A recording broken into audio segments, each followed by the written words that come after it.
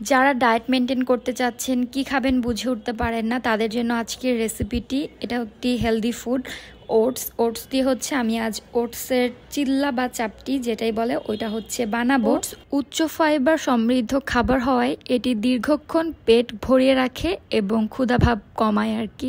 Oats ভাতের বিকল্প হিসেবে সকাল, দুপুর অথবা রাতের প্রধান খাবার হতে পারে।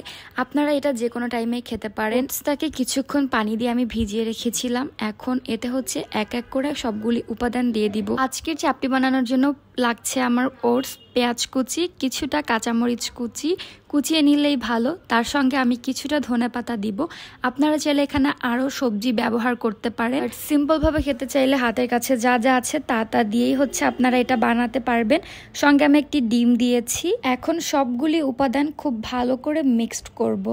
এখানে স্বাদমতো কিছুটা লবণ দিতে হবে। এখানে লবণের বদলে আপনারা পিঙ্ক সল্টটি দিতে পারেন। আমার কাছে পিঙ্ক সল্ট নেই, তাই হচ্ছে আমি লবণ দিলাম। এখন চুলায় একটি তা গরম করে এখানে হচ্ছে আমি ঘিয়ে ভাজবো। ঘি কিন্তু ডায়েটে থাকলে খাওয়া যায়। আপনারা চাইলে অলিভ অয়েল দিয়েও এটাকে ফ্রাই করতে পারেন। আমি খুবই অল্প পরিমাপে ঘি নিয়েছি এবং চিল্লার ডোটা দিয়ে দিলাম।